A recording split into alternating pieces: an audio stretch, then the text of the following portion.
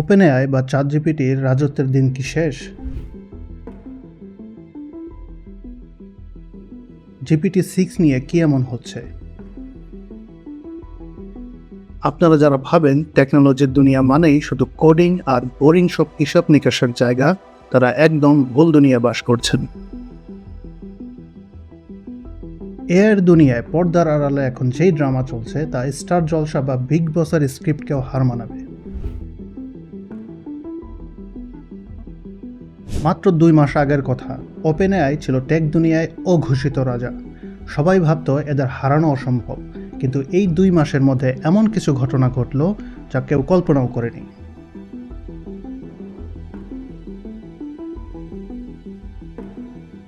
কিন্তু মাত্র 60 দিনে কি এমন ঘটনা ঘটে গেল?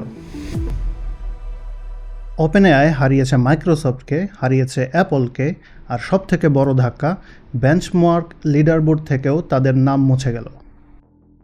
যেই মডেলটার জন্য পুরো দুনিয়া পাগল হয়েছিল, GPT-6, সেটা লঞ্চই হলো না। তো প্রশ্ন হলো, একটা $1 ট্রিলিয়ন কোম্পানি হুট করে কিভাবে নিজেদের সাম্রাজ্যের নিয়ন্ত্রণ হারিয়ে ফেলল? আর সেই আটকে থাকা GPT-6 এর আসল কাহিনীটাই বা কি?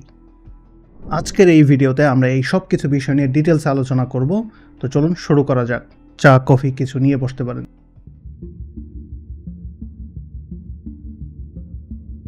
ওপেনএআইয়ের বন্ধ দরজার ওই পাশে আসলে কি চলছে সেটা বুঝতে হলে আমাদেরকে ফিরে যেতে হবে 23শে এপ্রিল। দুনিয়া অপেক্ষা করছিল GPT-6 এর জন্য, কিন্তু তার বদলে মুখ লুকিয়ে তারা নিয়ে আসলো আনস্টেবল একটা ভার্সন, GPT-5.5। কেন এই কাজটা করলো তারা? অনেকেই বলছে GPT-5.5টাই আসলে 6। তো যাই হোক, 5.5 আসলো, তাও আবার 4টা ভেরিয়েন্ট নিয়ে। বেস থিঙ্ক মডেল, প্রো আর ইনস্ট্যান্ট, এই 4টা ভেরিয়েন্টে তারা নিয়ে আসলো। মানে ব্যাপারটা অনেকটা এরকম, আপনি অনেক আশা নিয়ে দোকানে অর্ডার দিলেন স্পেশাল কাচ্চি বিরিয়ানি, আর রেস্টুরেন্ট আপনাকে হাসি মুখে ধরিয়ে দিল পান কাবাব। রিলিজের পর এরা এক বুক ফুলিয়ে দাবি করলো, দেখো আমরা SWE বেঞ্চে 88.7 স্কোর করেছি। এখন আপনারা বলবেন সমস্যা কোথায়, কিন্তু আসল পিকচারটা অন্য জায়গায়। SWE প্রো বেঞ্চমার্ক, যেটা আসলে রিয়েল ইঞ্জিনিয়ারিং কাজের হিসাব রাখে, সেখানে এর স্কোর ধপাস করে নেমে গেল 58.6%-এ। অর্থাৎ নিজেদের ইন্টারনাল টার্গেটের ধারের কাছেও যেতে পারেনি তারা। এমনকি টমস গাইড যখন ক্লাউড অপাস 4.7 এর সাথে সরাসরি ফাইট লাগালো, তখন writing, reasoning, coding, image analysis সহ 7টা প্রধান ক্যাটাগরির মধ্যে একটাতেও GPT-5.5 জিততে পারেনি। ওপেনএআই টিম একেবারে অল আউট। কোম্পানির ভেতরের অবস্থা কতটা খারাপ তার সবচেয়ে বড় প্রমাণ হলো ইন্টারনেটে ভাইরাল হওয়া দ্য গবলিন ইনসিডেন্ট। তাড়াহুড়া করে মডেল ট্রেন করতে গিয়ে এরা এমন জগা খিচুড়ি পাকিয়েছে যে মানুষ হয়তো সিরিয়াস একটা কাজ করছে, আর চ্যাটজিপিটি হুট করে কোনো প্রম ছাড়াই কোডের ভিতরে ভূত, প্রেত আর গবলিন এসব নিয়ে উদ্ভট সব লাইন জেনারেট করা শুরু করে দিয়েছে। স্ক্রিনশটগুলো সাথে সাথে ভাইরাল হয়। কিন্তু হঠাৎ করে এই এআই গবলিন ইনসিডেন্ট কিভাবে হলো? 30শে এপ্রিল ওপেনএআই একটা পোস্টমর্টম রিপোর্ট করে জানালো, একটা পুরনো রিটায়ার্ড পার্সোনালিটি প্রোফাইল তাদের রিওয়ার্ড মডেলকে করাপ্ট করে দিয়েছে। এমনকি কেউ একজন সিস্টেম প্রম্পটের 140 নম্বর ইনস্ট্রাকশন ফাঁস করে দিল, যেখানে মডেলকে বলা হয়েছিল গবলিন নিয়ে কথা বলা বন্ধ করো। ওই আমাদের অনেক নেতারা আছে না, মঞ্চে উঠে যখন কথা বলা শুরু করে কোনো দাড়ি কমানায় এক সমানে বলতে থাকে, বলতে বলতে এমন সব কথা বলে ফেলে যেগুলো বলা উচিত না, আর পাশ থেকে একজন এসে বলে এটা বললেন না, এটা বললেন না। একেই বলে বেশি স্পিডে দৌড়াতে গেলে মাঝে মধ্যে হোঁচট খেতে হয়। এবার আসি আসল ট্র্যাজেডিতে, যা একদম কোনো থ্রিলার সিনেমার থেকে কম নয়। যেখানে ওপেনএআই গবলিন ফিক্স করতে ব্যস্ত, বাকি ইন্ডাস্ট্রি কিন্তু তাদের জন্য বসে নাই। মাত্র 3 সপ্তাহের মধ্যে পরপর 3টি বিশাল ধাক্কা আসলো। আর ধাক্কাগুলো দিল তারাই যাদের উপর ওপেনএআই সব সময় বেশি ভরসা করে চলতো। যেটা আমাদেরকে মনে করিয়ে দেয় কর্পোরেট দুনিয়ায় আসলে কেউ কারো আপন না, সবাই টাকার গোলাম। তো চলুন দেখি একে একে করে কি সেই ধাক্কা। প্রথম ধাক্কাটা দেয় মাইক্রোসফট, যারা ওপেনএআই এর সবচেয়ে বড় ইনভেস্টর। তারাই কিনা 2 জুন বিল্ড ইভেন্টে গিয়ে নিয়ে আসলো নিজেদের তৈরি করা মডেল প্রজেক্ট পোলারিস। এতদিন গিটহাব কো-পাইলট চলতো ওপেনএআইয়ের GPT-4 টার্বো ইঞ্জিনের উপর নির্ভর করে।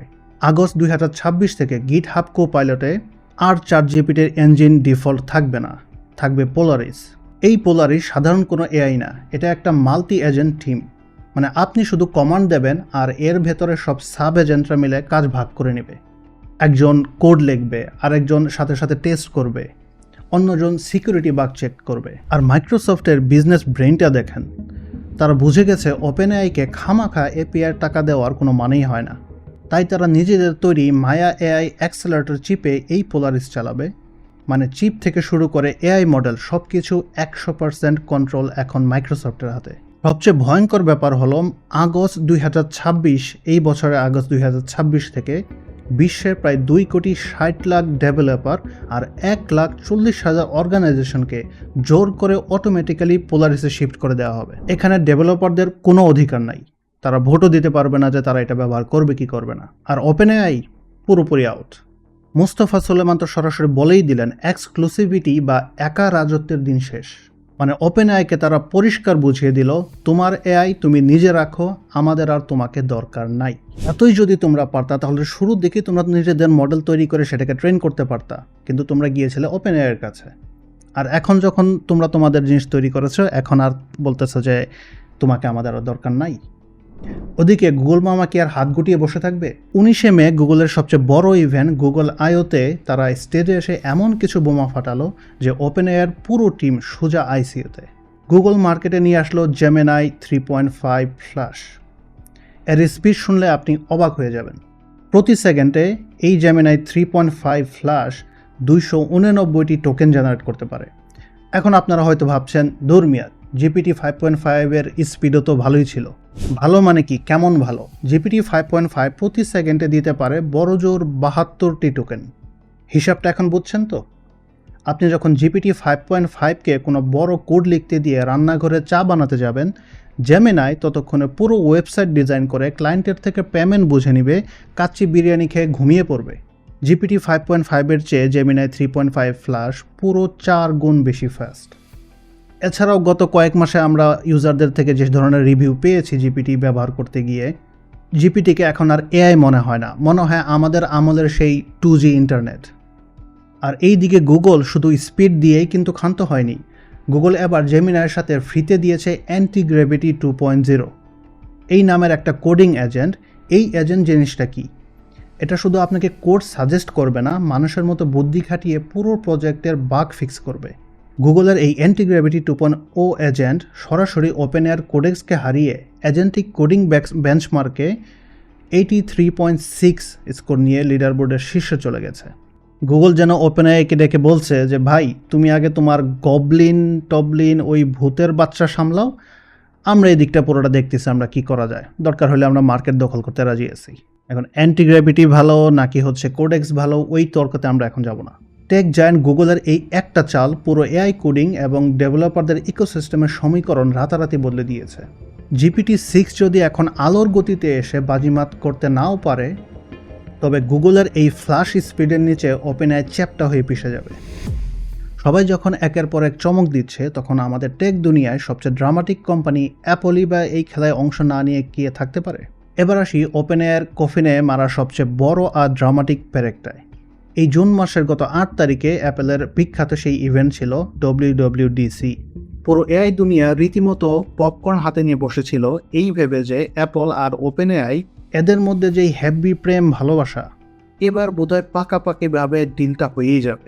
মানে আইফোনে ChatGPT ডিফল্ট হিসেবে রাজত্ব করবে আর স্যাম অল্টমান খুশিতে নাচবে। কিন্তু টিম কুক তার অবসরে যাওয়ার আগে এই সেপ্টেম্বর মাসে জন টার্নিশের হাতে কোম্পানির চাবি বুঝিয়ে দেওয়ার আগে এমন একটা মাস্টার স্ট্রোক খেললেন যে স্যাম অল্টমানের তখন মাথায় হাত।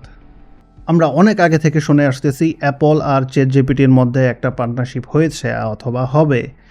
কত টাকার ডিল সেই ব্যাপারেও আমরা একটা আইডিয়া পেয়েছিলাম, কিন্তু শেষ পর্যন্ত অ্যাপল পার্টনারশিপ করলো কার সাথে? Open AI. জি না বস, তারা মেলালো হাত সেই গুগলের সাথেই। ডিলটা কত বড় জানেন? 1 বছরে $1 বিলিয়ন বিশাল ডিল। এর মানে কি দাঁড়ালো? আপকামিং iOS 27-এ অ্যাপল ফাউন্ডেশন মডেল আর আইফোনের সেই বিখ্যাত সিরিকে এখন পেছন থেকে ইঞ্জিন পাওয়ার দেবে গুগলের জেমিনাই। আর ChatGPT তাকে একদম সোজা বেঞ্চে বসিয়ে পানি খাওয়ার ডিউটি দিয়ে পুরোপুরি সাইডলাইন করে দেওয়া হলো। মানে ব্যাপারটা দাঁড়ালো, টিম কুক ভরা মজলিসে হাসতে হাসতে স্যাম অল্টমানের সাথে ব্রেকআপ করে গুগলের সাথে হাত ধরাধরি করে বেরিয়ে গেল। ওপেনএআই স্বপ্নে দেখেছিল তারা অ্যাপলের ঘাড়ে ভর করে পুরো মোবাইল এআই মার্কেট দখল করবে, আর এখন তাদের নিজেদেরই মার্কেট থেকে ঘাড় ধাক্কা খাওয়ার জোগাড়। এখন চিন্তা করুন, আপনার সবচেয়ে বড় 3 পার্টনার যদি আপনাকে ছেড়ে চলে যায়, আপনি কি করবেন? আপনি ওপেন মার্কেটে লড়বেন? অবশ্যই, কিন্তু সেখানেও মার্কেট অলরেডি 2 দিকে ভাগ হয়ে গেছে। একদিকে অ্যানথ্রোপিক বাজারে ছেড়ে দিয়েছে তাদের ক্লোড ফেবল 5, যা দুনিয়ার প্রথম মাইথোস ক্লাস মডেল। লিডার বোর্ডে এর স্কোর 65, আর জিপিটি 5.5 পরে আছে সেই 60-তে, মাত্র 6 সপ্তাহে 5 পয়েন্টের গ্যাপ। আর অবশ্যই যথারীতি অন্য আরেক দিক থেকে পুরো মার্কেট ক্র্যাশ করতে আসছে চাইনিজ কোম্পানি ডিপসিক V4। তারা প্রাইস ওয়ার বা দামের বাজারে আগুন লাগিয়ে দিয়েছে। প্রতি মিলিয়ন আউটপুট টোকেনের দাম মাত্র 87 সেন্টস, যেটা ডলারে। এটা ক্লড অপাসের চেয়ে 28 গুণ বেশি সস্তা। আর সবথেকে বড় কথা, তারা তাদের মডেল ওয়েটস একদম ফ্রিতে ওপেন সোর্স করে দিচ্ছে। উপরে ক্লড প্রিমিয়াম প্রাইসে হাই কোয়ালিটি দিচ্ছে, আর নিচের দিকে ডিপসিক একদম পানির দামে এআই সার্ভিস দিচ্ছে। এই আগুনে মার্কেটের মাঝখানে পড়ে এখন মারাত্মক চাপে আছে আপকামিং GPT-6। চারদিক থেকে শত্রুদের মাঝখানে আটকা থাকা এই লেট হওয়া GPT-6 নিয়ে আমরা আসলে কি জানি? চারদিক থেকে যখন ওপেনএআই একে একে সব পার্টনার আর মার্কেট লিডারশিপ হারাচ্ছে, তখন সবার একটাই প্রশ্ন, ভাই GPT-6 কই? সে কি আদৌ আসছে? গত 60 দিনের যত লিক, রাউটিং লক আর গসিপ আছে, সেগুলো ঘেটে আমি 5টা বড় রিউমার বের করেছি। চলুন দেখা যাক কোনটার দম কতটুকু আর কোনটা স্রেফ হাওয়াই মিঠাই। 1 নম্বরে আছে, এটার নামটাই অনেকটা রহস্য। মেয়ের একটা রাউটিং লগ বলছে এর কোড নাম হতে পারে এম্বার আলফা অথবা বেকন আলফা, যেটা হয়তোবা GPT 5.6 হইতে পারে। পলি মার্কেটে তো 30 জুনের মধ্যে এটা আসার চান্স 88% দেখাচ্ছে। কিন্তু একটা কথা পরিষ্কার বলি, পলি মার্কেটের বাজি আর কোম্পানির অফিসিয়াল রিলিজ কিন্তু এক জিনিস নয়। এটা সত্যি হওয়ার সম্ভাবনা থাকলেও এখন পর্যন্ত কোনো অথেন্টিক বা অফিসিয়াল সোর্স থেকে এর কনফার্মেশন আমরা পাইনি। সো এইটা আপাতত একটা পসিবল রিউমার মাত্র। এরপরে নাম্বার 2, 1.5 মিলিয়ন টোকেনের বিশাল ক্যাপাসিটি। এটা নিয়ে বাজারে প্রচুর ফিসফাস চলছে যে GPT-6 এর কনটেক্সট উইন্ডো হতে যাচ্ছে 1.5 মিলিয়ন টোকেন। চিন্তা করতে পারেন, মানে একটা আস্ত লাইব্রেরি আপনি একেবারে এআইকে গিলিয়ে দিতে পারবেন। তবে এটাও মনে রাখা দরকার, অফিসিয়ালি ওপেনএআইয়ের মুখ থেকে এই ব্যাপারে টু শব্দটাও শোনা যায়নি। তাই আমি বলবো এটা হওয়ার চান্স থাকলেও এখনোই খুব বেশি আশা না করাই ভালো। এরপরে নাম্বার 3, গবলিন মুক্ত সেফটি পাইপলাইন। মনে আছে সেই গবলিন আর গ্র্যামলিনের দৌরাত্মের কথা? ওই ডিজাস্টারের পর তাদের রিওয়ার্ড পাইপলাইন যে পুরোপুরি নতুন করে ডিজাইন করা হচ্ছে, এটা মোটামুটি শিওর। কোম্পানি যখন একবার এমন পাবলিকলি নাস্তানাবুদ হয়, তখন তারা কিন্তু সুরক্ষায় কোনো ছাড় দেয় না। সো আমি বলবো এই রিউমারটা সত্যি হওয়ার সম্ভাবনা 99%। এরপর নাম্বার 4, এজিআই বা আর্টিফিশিয়াল জেনারেল ইন্টেলিজেন্স। স্যাম অল্টমান আগে বুক ফুলিয়ে বলেছিলেন 2028 সালের মধ্যে নাকি দুনিয়া কাঁপানো সেই এজিআই চলে আসবে। কিন্তু জুনের 8 তারিখ, ঠিক যেদিন তারা আইপিও ফাইল করলো, অল্টমান নিজেই নিজের কথা ফিরিয়ে নিলেন। একটা পোস্টে তিনি লিখে দিলেন, পুরোপুরি অটোমেশন খুবই বিপজ্জনক। তার মানে কি এখন আমরা অটোমেশনের দিকে যাব না? যেখানে তুমি নিজেই বললা যে 2028 সালের মধ্যে আমাদের সবকিছু চলে আসবে অটোমেশন। এখানে একটা কাহিনী আছে। যখনই তারা পাবলিকলি ফান্ড তোলার দিকে যাচ্ছে, তখনই তাদের সুর একদম নরম হয়ে আসতেছে, আর অন্য সময় যেন তারাই সবকিছু দখল করে ফেলবে এমন একটা অবস্থা। এমন প্রতিশ্রুতি দিচ্ছে যেটা অন্য কোম্পানিরা হয়তো এখন এই মুহূর্তে চিন্তাও করতেছে না, কিন্তু স্যাম অল্টমান সে এখনই সব করে ফেলতেছে। এমনকি ডেডলাইন পর্যন্ত দিয়ে দেয় 2028 সাল। এখন যখন ফান্ডিং তোলার সময় আসছে, এখন সুর হচ্ছে উল্টা। যেহেতু তিনি অলরেডি নিজে 2028 সালে একটা টার্গেট দিয়ে দিয়েছে এবং বলেছে আমরা খুব তাড়াতাড়ি সবকিছু অটোমেশন পেয়ে যাব। এখন সে বলতেছে ইন্টারন্যাশনাল আমাদের একটা বডি দরকার, একটা এজেন্সির মতো কিছু দরকার, যারা এই স্পিডটাকে স্লো করবে। এআই যেভাবে গ্রো হচ্ছে, এটার স্পিডটাকে স্লো করে আনবে। ঠিক একই কথা এলন মাস্কও বলেছিল। এটা কিন্তু জাস্ট তাদের পিঠ বাঁচানোর একটা স্মার্ট চাল। এলন মাস্ক হয়তো এই কথা শুনে বলবে যে দেখছো, গরিবের কথা বাসি হইলে এলন মাস্ক কি গরিব? এরপরে আছে নাম্বার 5, ড্রিমিং V3 বা পারসিস্টেন্ট মেমোরি। সবশেষে ড্রিমিং V3 এটা কোনো রিউমার না, এটা অলরেডি GPT 5.5 এর আপডেটে আমরা হাতে কলমে ব্যবহার করেছি, এবং এটা নিশ্চিত যে GPT-6-এ এই মেমোরি ফিচারটাকে ওপেনএআই আরও কয়েক ধাপ উপরে নিয়ে যাবে। এই মেমোরি আপনার কাজের স্টাইল, আপনার টোন আর আপনার পছন্দ মনে রাখতে পারে। এই একই কাজ করার জন্য অনেকেই কিন্তু ওপেন ক্লো ইউজ করছে, হারমিস এজেন্ট ইউজ করছে, যেগুলো কিনা ওপেন সোর্স। আর এই মেমোরি সিস্টেমটাই হলো ওপেনএআইর সেই মাস্টার স্ট্রোক, যা আপনাকে তাদের ইকোসিস্টেম থেকে নড়তে দিবে না। আর ঠিক এখানেই আসে এই পুরো গল্পের সবচেয়ে বড় ইম্পর্টেন্ট টুইস্ট। সবাই শুধু বেঞ্চমার্ক আর আইকিউ নিয়ে পড়ে আছে, কিন্তু ওপেনএআইর আসল গেম প্ল্যান হলো ইউজার রিটেনশন। এই ড্রিমিং V3 ফিচারটা অলরেডি জুনের 4 তারিখ GPT 5.5 এর ভেতরে চলে এসেছে। এর ফলে মডেলের ফ্যাকচুয়াল রিকল রেট 41.5% থেকে 1 লাফে 82.8% পৌঁছে গেছে। এর মানে কি? এর মানে হলো আপনি যদি কোনো ফেসলেস ফাইন্যান্স ভিডিও বানান আর তাকে বলে দেন যে আপনি আপনার স্ক্রিপ্টে সবসময় একটু হিউমার আর সার্কাজম রাখতে চান, সে তখন আপনার এই প্রেফারেন্সটাকে মনে রাখবে। পরের বার বেশ কিছুদিন পরে যদি আপনি আবার তাকে গিয়ে আবার বলেন যে আমাকে আরেকটা স্ক্রিপ্ট লিখে দাও এই একই থিম টপিকের উপরে, তখন সে অটোমেটিক আপনাকে সেই আগের টোনেই লিখে দিবে। অথবা ধরুন আপনি কোনো DIY পেপার ক্রাফটের টিউটোরিয়ালের জন্য SEO ট্যাগের টাইটেল খুঁজছেন, সে আপনার আগের কাজের স্টাইল এবং অডিয়েন্স মনে রাখবে এবং সেই হিসাবে আপনাকে আবার নতুন করে লিখে দিবে। আপনাকে তাকে নতুন করে আবার পুরো কাহিনী বলতে হবে না। আপনি যখন বারবার এই কাজ করছেন, কোনো কিছু লেখাচ্ছেন, আপনার একটা প্রোফাইল তৈরি হচ্ছে ওপেনএআইর ভিতরে। আর একবার যখন এই প্রোফাইল তৈরি হয়ে গেল, আপনি কি আর ক্লড বা জেমিনাইতে গিয়ে আবার শূন্য থেকে শুরু করতে চাইবেন? একদমই না। এইটা শুধু কোনো ফিচার না, এটা ইউজারকে চিরজীবন আটকে রাখার একটা জিনিয়াস মেকানিজম। আর এটা চালানোর জন্য ওপেনএআই বানাচ্ছে স্টারগেট, যেখানে তারা 10 গিগাওয়াট বিদ্যুতের ব্যবস্থা করছে। একটু বুঝিয়ে বলি, পুরো আমেরিকার ইলেকট্রিক্যাল গ্রিড হলো 1000 গিগাওয়াট, আর অ্যাপোলো মিশনে আমাদের লেগেছিল 1 গিগাওয়াটেরও কম। সেখানে স্টারগেট ব্যবহার করবে 10 গিগাওয়াট। এরা একটা আস্ত পাওয়ার গ্রিডের স্কেলে কাজ করছে। আর এই মডেলগুলো কতটা স্মার্ট একবার চিন্তা করুন।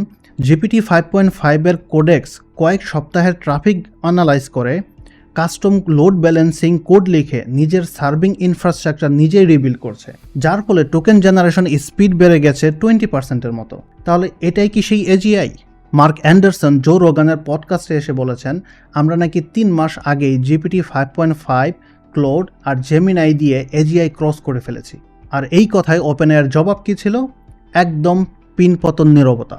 তাহলে ওপেনএআই এত তাড়াহুড়া কেন করছে?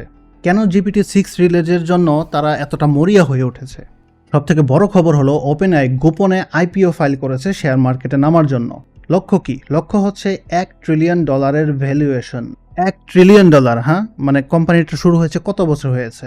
কিন্তু ভেতরের আসল সত্যিটা কি? এই বছর ওপেনএআইয়ের অপারেটিং লস কত জানেন?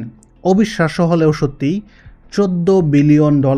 $14 বিলিয়ন লসে ডুবে আছে তারা। আর এক্সপার্টদের মতে 2030 সালের আগে তারা প্রফিটের মুখই দেখবে না। তাই পাবলিকের পকেট থেকে ফান্ড তুলতে হলে এদের এখন GPT-6 লাগবেই লাগবে। মানুষের উপকারের জন্য যতটা না, তার চেয়ে বেশি নিজেদের $1 ট্রিলিয়ন ভ্যালুয়েশন জাস্টিফাই করার জন্য। এইদিকে টাকার সমস্যার থেকেও বড় সমস্যা হয়ে দাঁড়িয়েছে লিগ্যাল সমস্যা। জুনের 1 তারিখ ফ্লোরিডাতে 83 পেজের একটা মামলা ঠুকে দেওয়া হয় ওপেনএআইয়ের বিরুদ্ধে। অভিযোগটা অত্যন্ত গুরুতর। ChatGPT নাকি মাইনরদের এডিক্ট করছে এবং সুইসাইডাল বিহেভিয়ার উস্কানি দিচ্ছে। মাইনর বুঝতে পারছে না, যারা এখনো প্রাপ্তবয়স্ক না। আর এইটা কোনো কপিরাইট ইস্যু না, তারা সরাসরি স্যাম অল্টম্যানের নামে মামলা করে। প্রোডাক্ট সেফটি নিয়ে অবহেলার কারণে এই মামলাটা করে তারা। আর তার উপর আপনারা হয়তো জানবেনই টামলার রিচ ওই কেসটার কথা, যেখানে একটা ক্রেডিবল থ্রেট থাকার পরেও ওপেনএআই পুলিশকে না জানিয়ে শুধু ইউজারদের অ্যাকাউন্ট সরাসরি ডিলিট করে দিয়েছিল। এর ওপর 2 আগস্ট থেকে ইউরোপে EU AI অ্যাক্ট এর ডেডলাইন পার হতে যাচ্ছে, যার ফলে ইউরোপে আইনটি এখন বেশ কড়াভাবে কার্যকর হতে যাচ্ছে, যেটা না মানলে সেটা $1 বিলিয়ন জরিমানা আর নিষেধাজ্ঞার মুখে পড়তে হবে। তো সব মিলিয়ে তাদের আইনি বিপদ এই মুহূর্তে চরমে আছে। এই $1 বিলিয়ন কর্পোরেট গেম আর ইকোনমিক যুদ্ধের মধ্যে আমাদের কি করার আছে? খুব সিম্পল 3টা প্র্যাকটিক্যাল স্টেপ। প্রথমত, GPT-5 এর আশায় বসে থাকা বন্ধ করুন। কবে আসবে করে সময় নষ্ট না করে GPT 5.5 অথবা ক্লাউড দিয়ে আজই আপনার কাজ শুরু করে দিন। 2 নাম্বার, মাল্টি মডেল দুনিয়ার জন্য রেডি হন। কোনো একটা টুলের উপর অন্ধভক্ত হয়ে বসে থাকবেন না। কাজের প্রয়োজন অনুযায়ী টুল সুইচ করা শিখুন। ব্যাকআপ হিসেবে জেমিনাই, ক্লাউড এগুলো ব্যবহার করা তো এখন মাস্ট। মেমোরি ফিচার ব্যবহার করুন। GPT 5.5 এর ড্রিমিং V3 মেমোরি ফিচারটা অন করে রাখুন। অথবা অন্য কোনো এজেন্ট যেমন হারমিস, ওপেনক্লো এইগুলো ব্যবহার করে এই মেমোরি ফিচার জিনিসটার সাথে নিজেকে পরিচিত করান। যদি এআই ব্যবহার করতেই হয়, তাছাড়া তার কোনো অবস্থা নাই, এআই আমাদেরকে শিখতেই হবে।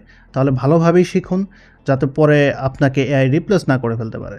এতে আপনার টাইম সেভ হবে, আপনার টোকেন সেভ হবে, এটা আপনার কাজের স্টাইল মনে রাখবে, যাতে নতুন মডেল এলেও আপনাকে আবার জিরো থেকে শুরু না করতে হয়। বাকিটা দেখা যাবে ফিউচারে। GPT-6 হয়তো টেকনিক্যালি খুব দারুণ হবে, কিন্তু ওপেনএআই যে তার একার রাজত্ব হারিয়ে যাচ্ছে সেটা এখন দিনের আলোর মতো পরিষ্কার। আপনার কি মনে হয়, ওপেনএআই কি পারবে তার সিংহাসন ফেরত পেতে, নাকি গুগল আর ক্লড এদের গিলে খাবে? কমেন্টে আপনার মতামত আমাকে অবশ্যই জানাবেন। যদি এই ভিডিওটি আপনার ইনফরমেটিভ লেগে থাকে তবে একটা লাইক দিতে পারেন, ভালো লাগলে চ্যানেলটি সাবস্ক্রাইব করে রাখতে পারেন। আপনাদের সাথে আবার পরবর্তী ভিডিওতে দেখা হবে। Bye bye.